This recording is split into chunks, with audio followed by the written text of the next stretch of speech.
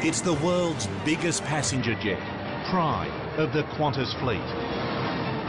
One of the most complex machines ever built.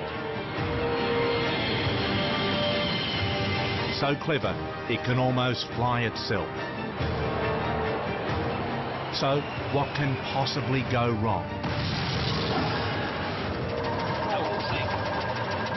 Within about 5 seconds, it felt as if we were plunging out of the sky.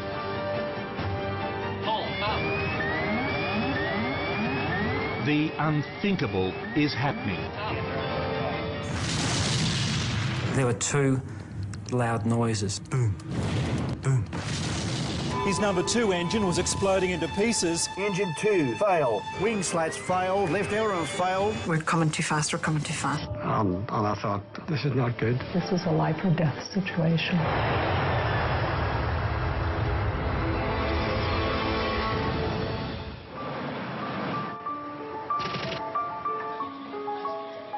Changi Airport, Singapore. The conditions were perfect to go flying. Captain Richard de Crespigny and his team are about to fly Qantas Flight 32 on the second leg of its journey from London to Sydney. I'm leaving family, I'm leaving my sisters there. Rosemary and Larry Hegarty on their way home to Australia after a holiday in Ireland. But then my family here, my boys and my husband are here, so it's always a great pull for me as to where I want to be. Their plane is an Airbus A380, 500 tonnes of advanced materials and electronics. 4 engines, 2 decks, more than 500 seats. The biggest passenger plane ever to fly. The first Super Jumbo. It is the latest technology. It's the derivation of 100 years of aviation. At the time, there are 39 A380s in service around the world. Qantas has 5 of them. This aircraft was the first one Qantas had taken delivery of and was named in honour of the Australian aviation pioneer Nancy Bird Walton. Despite its size, it only needs 3 human flight crew. Because at the heart of the A380 is an all-powerful computer system which does all the flying for them. Alongside Captain Richard de Crespigny is co-pilot Matt Hicks. Behind them, Second Officer Mark Johnson. But unusually, there are 2 other pilots on this flight. Harry Wubbin and Dave Evans are check captains. Their job is to review the performance of the crew. Today, these 2 check captains may make the difference between life and death for 469 people.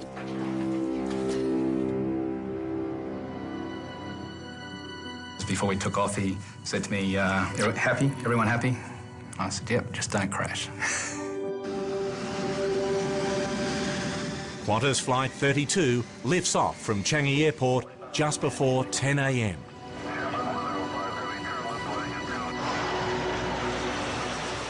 I'm totally relaxed because I loved flying. Everything is running smoothly on the Whisper Quiet megajet as it climbs into the skies above Singapore.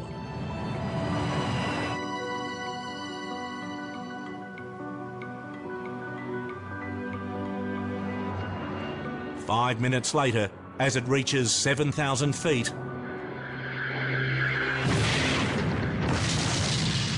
There were 2 loud noises. It was like Boom, boom. And I can remember seeing this flash of white come off the inner engine. And I just looked at Larry and I said, "Do you think we're going to be all right?" The next thing I did was just say a couple of quick prayers. And the whole plane started to vibrate. Captain de Crespigny's first reaction is to reduce power. I immediately went to level the aircraft, which would serve to bring the thrust off the engines and to make everything less severe. At the same time, the plane's computer system is telling them number 2 engine is on fire.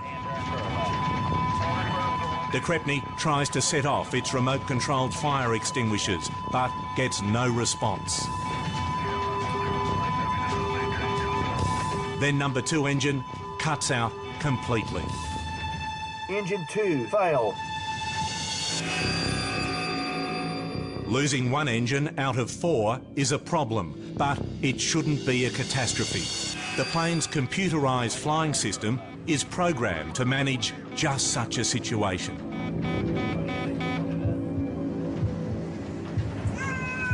There was a girl sitting on the aisle seat opposite me, and she had a little baby. And she looked at me and she said, "What's wrong?" And I said, "I think something's happened, one of the engines, but it's all right, we've got 3 other engines." But single engine failure suddenly turns into something much worse.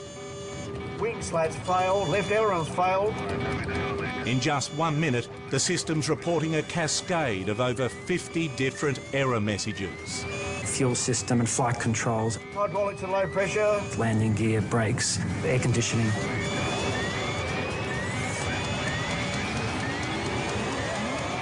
And now the problem with number 2 engine starts spreading.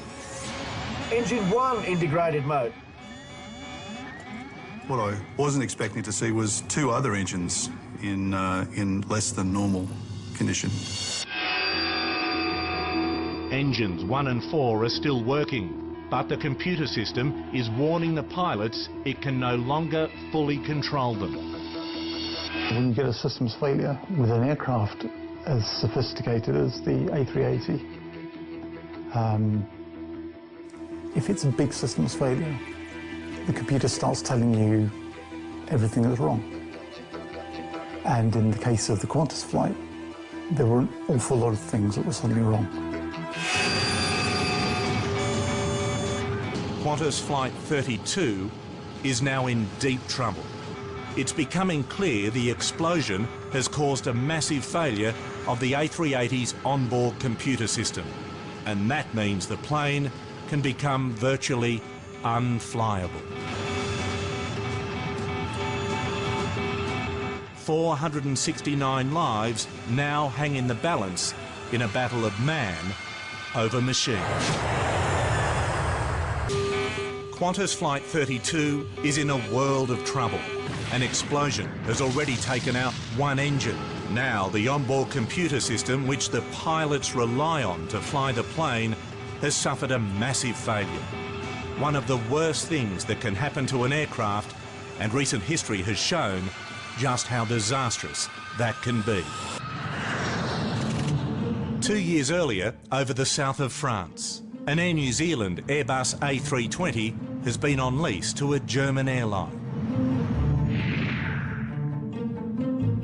It's now on a short test flight before being handed back to its owner.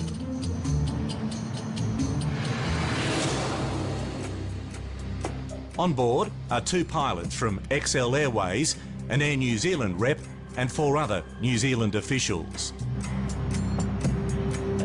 Just like its bigger cousin, the A380, the A320 is flown by highly sophisticated computerised systems. As part of the handover procedure, the crew need to test one of the most important functions, the stall protection. The A320 is designed never to stall. If its computer systems detect the plane is flying too slowly, they should automatically tilt the plane's nose downwards, power up the engines and accelerate out of the stall. That's the pitch. Pilot Keipel starts the test. The quickest way to stall an aeroplane is to slow it down and to point the nose up. It's a tricky bit of flying. Deliberately stalling an aeroplane is not kid stuff. This is a potentially dangerous test normally carried out at 14,000 feet. But as the crew are heading back down towards the airport, they decide to do the test at just 4,000 feet. We're still reducing the speed. Golf Lima 888 Tango. As the nose comes up, pilot Keipel expects the computer system to take control. The crew was just waiting for the protections to trigger. The speed continues to drop.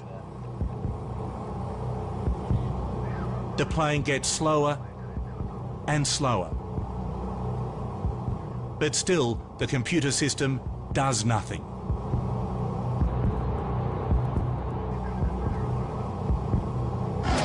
Don't sink.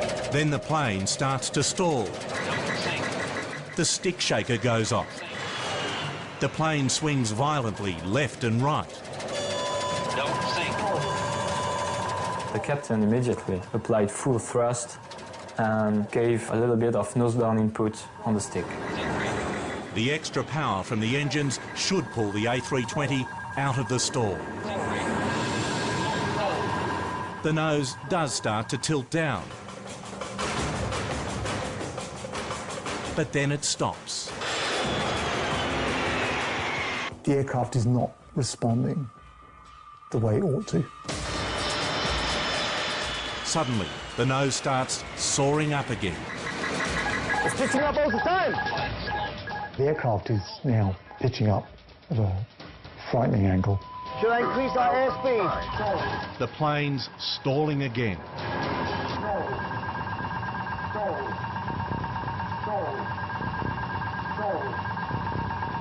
The airplane runs out of lift.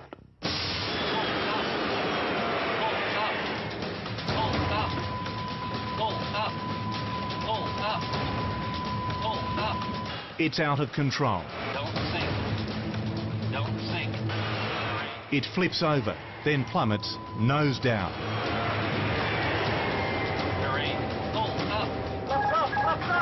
At 4,000 feet, the pilot has no time to recover. Caution, terrain. The plane simply runs out of sky. Terrain. Caution, terrain.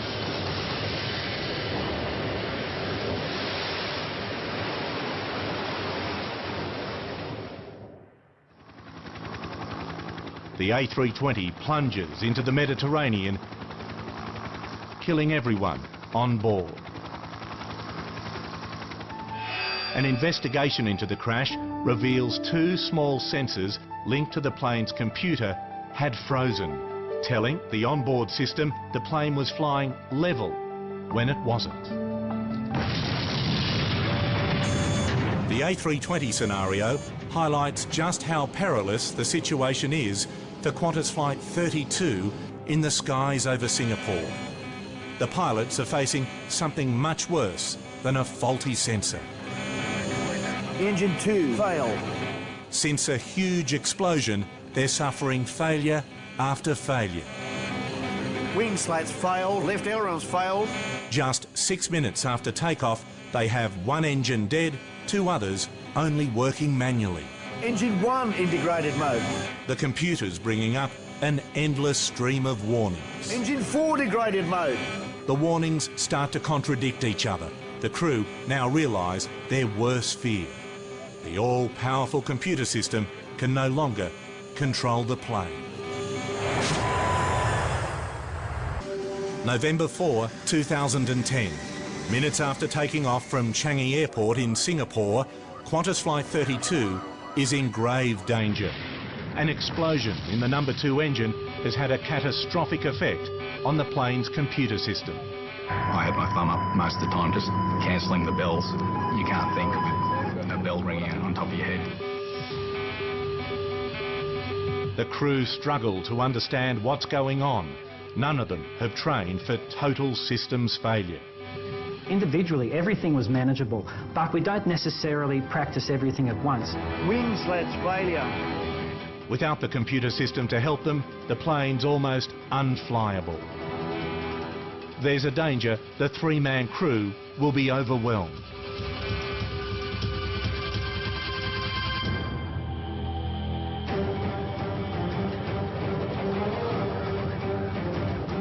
But luckily, right behind them, they have two of Qantas's most experienced captains, Dave Evans and Harry Wubbin, who were on board to check the crew's performance. The 5 pilots divide up the tasks between them. Richard de Crespigny focuses on actually flying the plane. The first officer reads out the error messages. Landing gear control and indicator warnings. Then he and the second officer respond to them. In the chaos of confusing messages, the experience of the 2 extra captains is crucial. They help the crew take the decisions which the system can't. I do apologise, Hayes. Where we have a technical issue with our number 2 engine, we have dealt with the situation. At this stage, everything is secure. The aircraft is flying safely.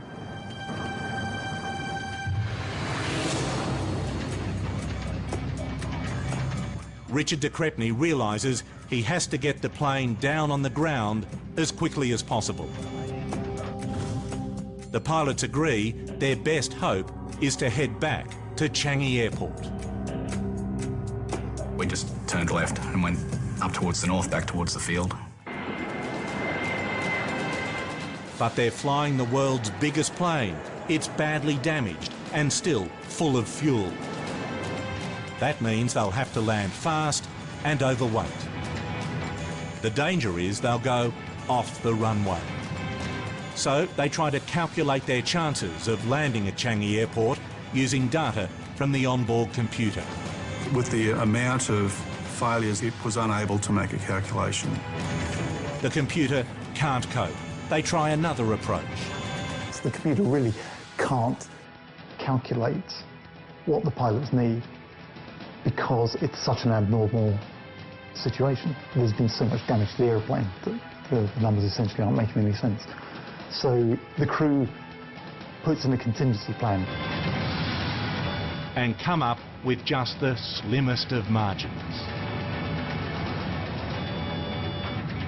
Out of a 4-kilometre runway, we had 3,900 metres that we would need. We had 100 metres surplus. But it's only a best guess. If they're right, the landing's going to be incredibly tight. If not, it could be a catastrophe.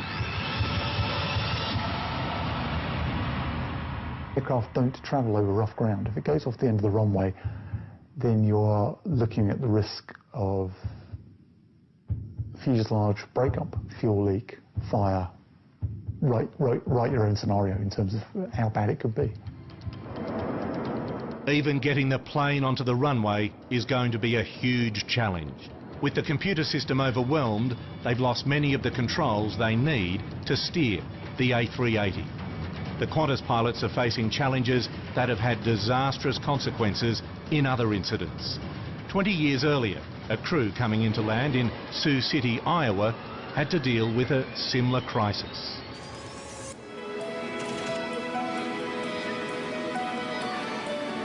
Denver, Colorado. United Airlines DC-10 is preparing to take off for Chicago. The crew have no idea that this flight will turn them into aviation heroes. Al Haynes is captain of Flight 232. Okay, starting checklist. Battery switch. Check. Bill Records, first officer. The weather was good. The flight was anticipated to be normal. Standby power selector. Check. Dudley Dvorak, flight engineer. Hydraulic system.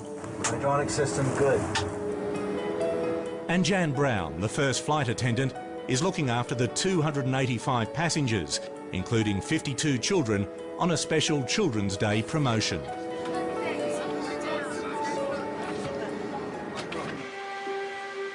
Thank you, Tara. Have a good day. Okay, gentlemen, here we go.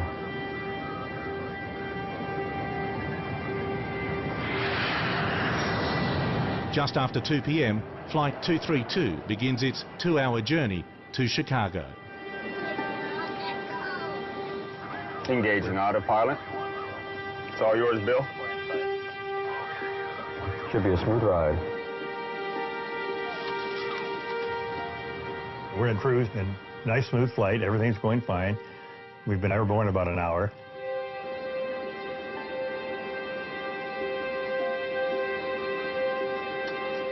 Well, it was one of those extraordinarily beautiful July days. Things were going smoothly. I had expedited the service because Al had said that we might have a little turbulence before we arrived in Chicago. And so I wanted to have everything, the service cleared up in case we had to sit down. At 3:16 p.m, the pilots make a shallow right turn. I was in the economy section picking up trays. Went out of the blue. Suddenly, the tail-mounted engine explodes. It started literally with a bang, shook the airplane and vibrated the instrument panel. We have to determine what's wrong.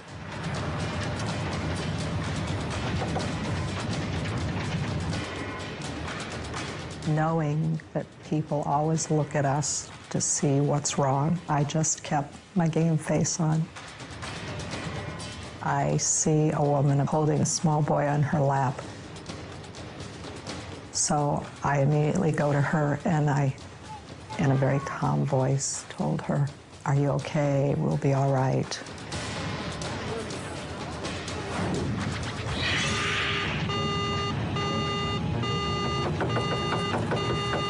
Number 2's gone.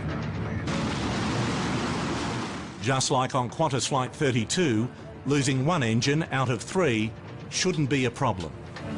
You just shut the engine down and go on to your flight. Ladies and gentlemen, We hear the cockpit announcing that we've lost an engine, and we still have 2 engines. We'll be all right.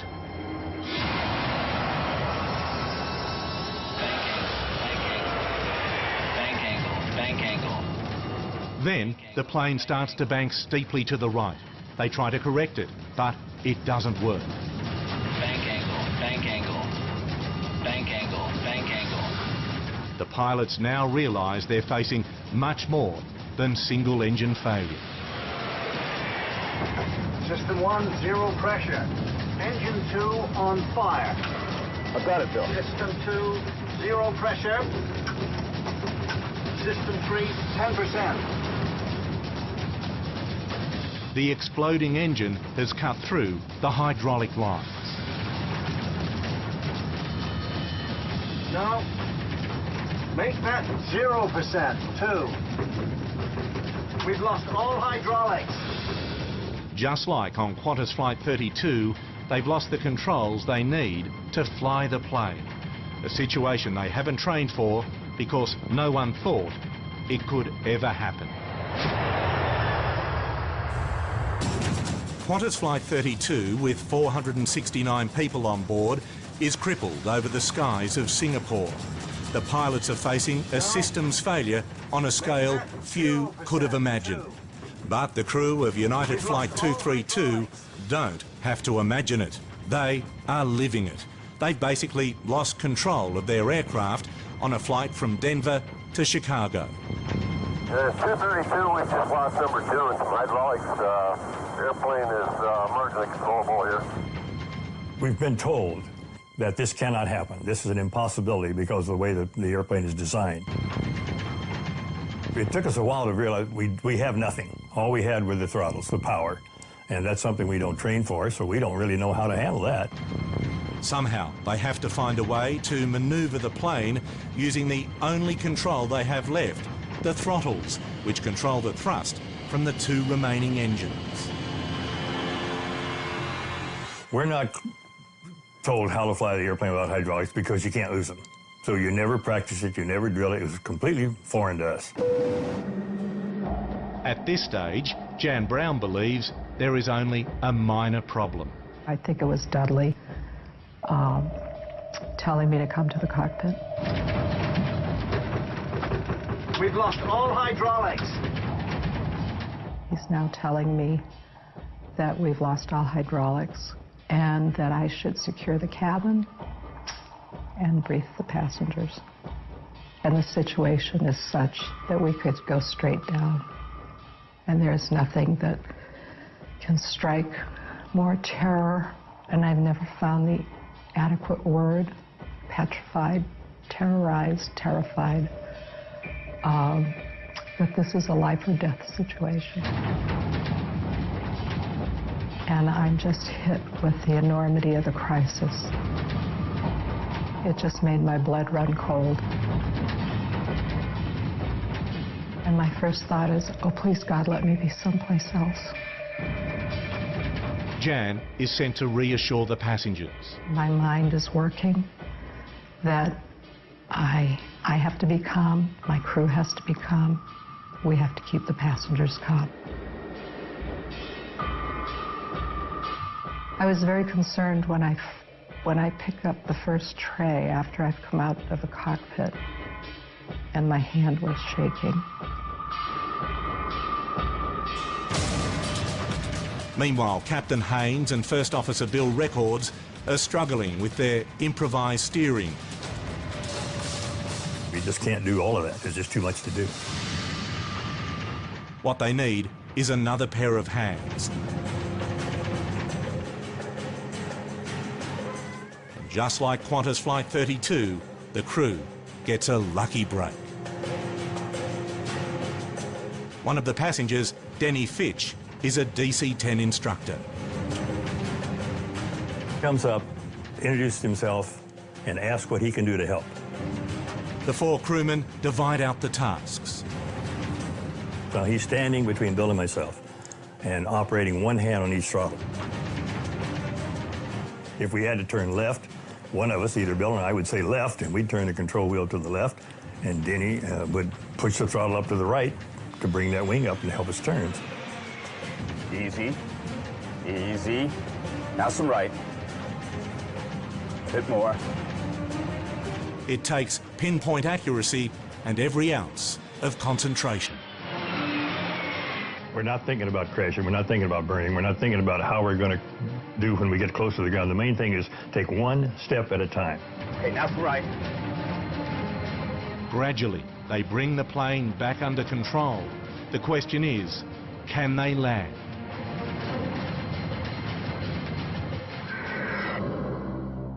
Now we just have to find a place to try and put it down. By now, they're flying over the state of Iowa. They tell us Sioux City. So, okay, that's fine with us. Take us to Sioux City, because we'll go there. It's got a runway long enough to land. We had to lose 37,000 feet of altitude from where the incident took place. So I remember looking out the window at one time and thinking it's a long ways down. A bit more right. The crew now steel themselves for landing. They all know it could be fatal.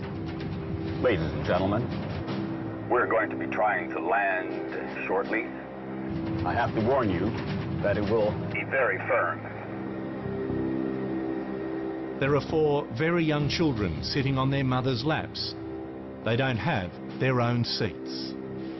While we are waiting for the cockpit to give us the brace position, I get on the microphone and direct passengers with lap children to place them on the floor and hold them.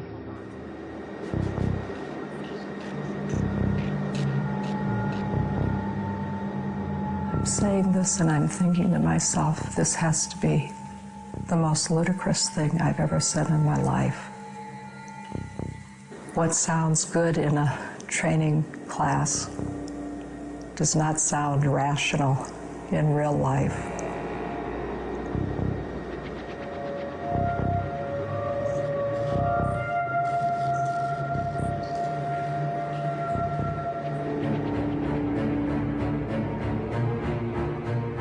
When we were approaching final, I was feeling both relief and quite a bit of apprehension at the same time.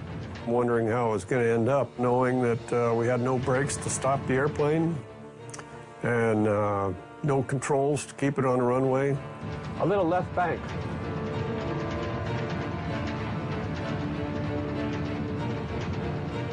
We were descending way too fast.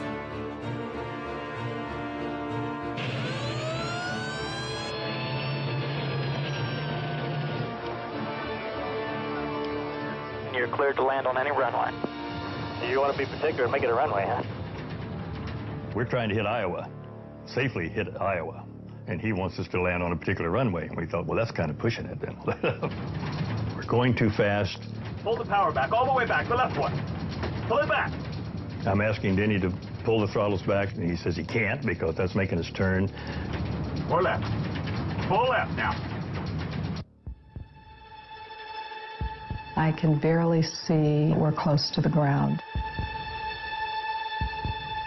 And just hoping that everything will come out right.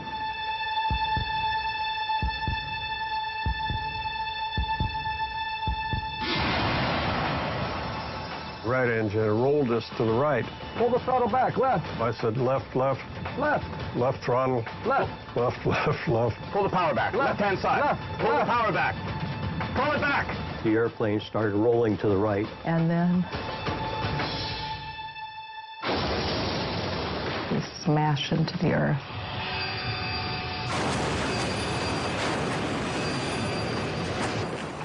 And I just blacked out.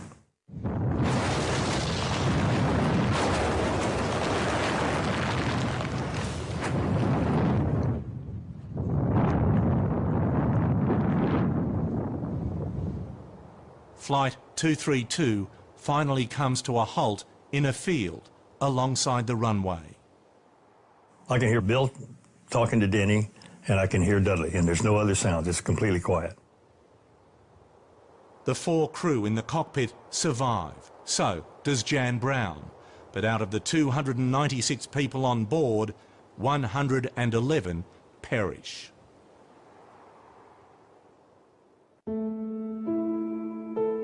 I look in front of me, and here comes the mother of this 22-month-old boy. And she says, I have to go back and get my son. And she looks up at me and she says, you told me that it would be all right. And he's gone.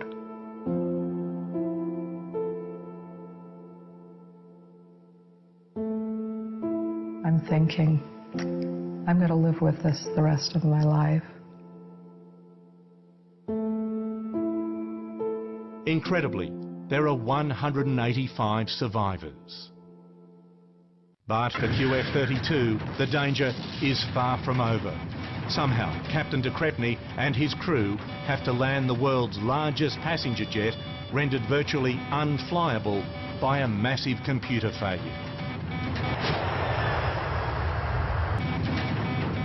Qantas Flight 32 from Singapore to Sydney prepares for an emergency landing at Changi Airport. Engine 1 integrated mode. The plane's computer system is in meltdown. They have lost almost all the flight controls.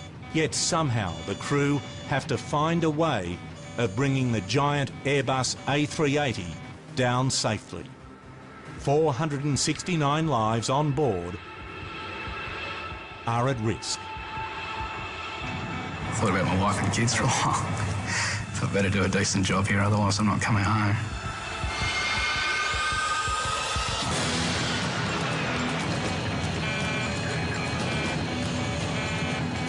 Captain Richard de Crespigny and the 4 other pilots can barely steer the aircraft.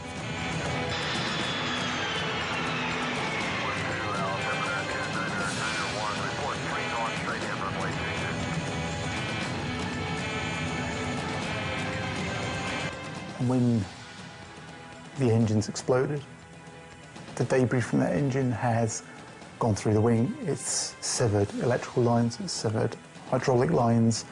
So to lose those systems is quite critical as to how much control the crew can exercise over the airplane. Worse still, it's full of fuel. It's 50 tonnes heavier than its safe landing weight. I had to be as gentle with the aircraft as I could. Being gentle is incredibly difficult. Normally, the computer system controls the plane. But without it, it's hard to correct the slightest roll to left or right. And damaged wing slats make it difficult to slow the plane down for landing. controlling the airspeed is going to be an immense challenge. So Captain Richard de Crespigny adopts the same solution as the pilots on the United Airlines flight. He's going to use his engine throttles to manoeuvre. Number 2 engine is dead, but he still has limited thrust from numbers 1 and 4. So he sets them at equal power. This should stop the plane from rolling left or right. To control the plane's speed, he's going to use number 3 engine, the only one he can fully trust. My whole concentration was the runway and the speed, so I just had to make sure we flew exactly on that approach speed. We couldn't be fast. If we came in fast, we'd overrun. We couldn't be slow, otherwise he'd just drop out of the sky. The difference between stalling and hurtling off the end of the runway is just a few knots. It's not a margin that you would ever want to fly in normal operations. I told him the speed was critical, that he had to maintain the speed, which he knew. And I thought, well, thanks, Harry, that's an understatement. I do apologise, ladies and gentlemen. Check Captain Dave Evans warns the cabin crew. And I can remember overhearing him say it's going to be a very fast landing. And yeah, stewardess's eyes bulged at that comment. Hobby Tower, long easy 316 Delta Bravo, flight at 2. Air traffic control clears Qantas Flight 32 for final approach. Richard de Crespigny holds the plane steady.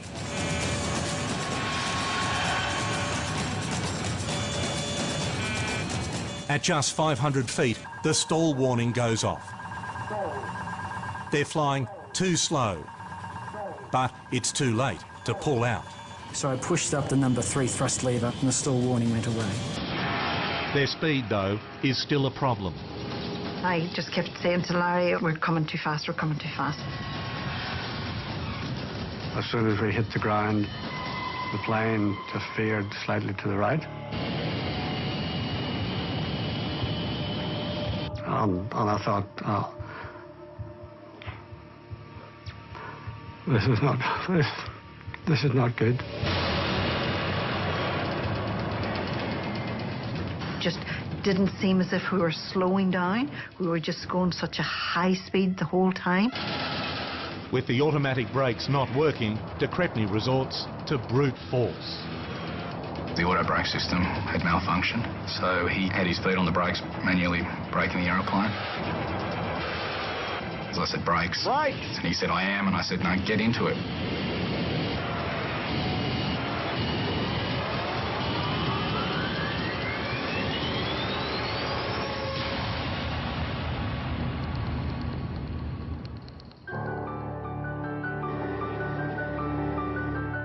They finally come to a stop just 100 metres from the end of the runway. There's an enormous sense of relief when it pulled up and we parked the brake. Everybody just clapped. It was just sheer relief, even though, as I say, it was a bumpy landing, but it was just sheer relief. All 469 lives are saved, but the question remaining now is, how did it happen? What caused such a monumental systems failure on the world's most advanced passenger aircraft? Has survived a near catastrophe. After losing most of its onboard computer systems, it's taken all the crew's skill and experience to get the A380 back on the ground safely. For the investigators, the biggest question is, why did the computer system fail so catastrophically? To find out, they focus on where the problems began, the explosion of number 2 engine. It became clear fairly early on that there had been some sort of oil-related fire problem. We worked quickly to try and establish how this sort of sequence of events could happen. They soon identify a crack in a tiny oil pipe. There had been a fracture of an oil pipe that led to a spray of oil into one of the engine cavities. The investigators now realise the oil caught fire, causing the engine's turbine disc to explode. This sent lethal debris hurtling through the wing faster than the speed of sound. Even this violent impact shouldn't have overwhelmed the A380's advanced control systems. Systems are designed with backup against those sorts of instances. But the explosion caused massive damage to the computer system itself. Slicing through crucial wiring and hydraulic lines, the computer couldn't cope.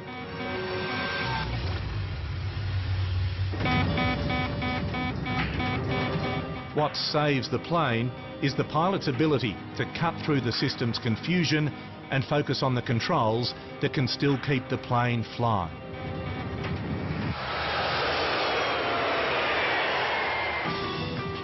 There's no doubt, automatic systems make today's planes safer and easier to fly. But Qantas Flight 32 shows that there is a limit to what systems can do. And when the system fails, the crew are on their own. Luckily, on the Qantas and United Airlines flights, there were extra hands on board to deal with it. The courage and experience of all of these pilots, the difference. I think Al said it appropriately one time. He said that somebody must have been looking out for us, that we had survived.